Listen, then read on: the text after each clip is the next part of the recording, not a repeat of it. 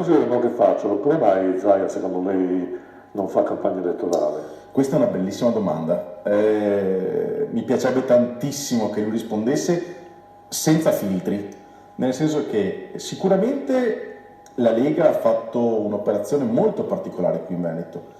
Arriviamo da un referendum che i Veneti hanno stravinto a maggioranza bulgara, un qualcosa che non era mai successo, in un referendum che è andata a votare gente che non andava mai a votare.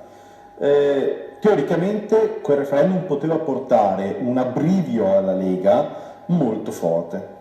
È altresì vero però che il buon Zaia, sebbene sia nel movimento politico Lega, perché ricordiamo non è più Nord ma è Lega, in realtà anche alle scorse regionali non si è presentato con la Lega, si è presentato come lista Zaia. Tant'è che a queste politiche gli uomini di Zaia sono tutti stati fatti fuori da quella che era la logica della ripartizione dei seggi. È da porsi una domanda, o meglio, da porsi più di qualcuna. Una potrebbe essere: Zaia sarà il prossimo Tosi? Nel senso, sarà il prossimo a essere buttato fuori dalla Lega? Oppure ancora, Zaia sta pensando a qualcosa di diverso da qui a fra poco?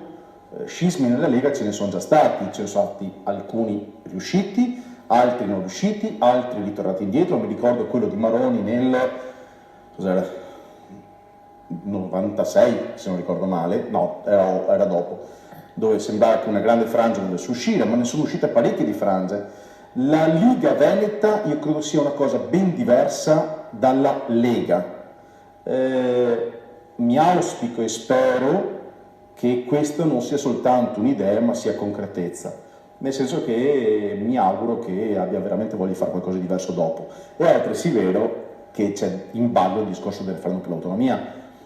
Proprio di oggi la notizia che Bressa sostanzialmente ha detto ciao ciao, ormai abbiamo finito la legislatura, quindi l'accordo precostruito per l'autonomia deve stopparsi. Era ovvio, così come era ovvio che Zaia dovesse fare sicuramente un passaggio a livello istituzionale, così come era ovvio che il prossimo governo di qualunque colore sia riprenderà in mano da zero la trattativa, così come è ovvio che l'effetto boom del referendum andrà via via scemando. La cosa che mi dà fastidio è che Zaia oggi, che detiene, non so neanche io perché, un potere enorme a livello mediatico nei confronti dei veneti, potrebbe, avendo il coraggio, con uno schiocco di dita portare in piazza i veneti.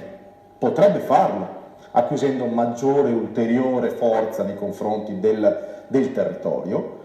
Sicuramente dovrebbe dimenticare un po' la sua indole democristiana.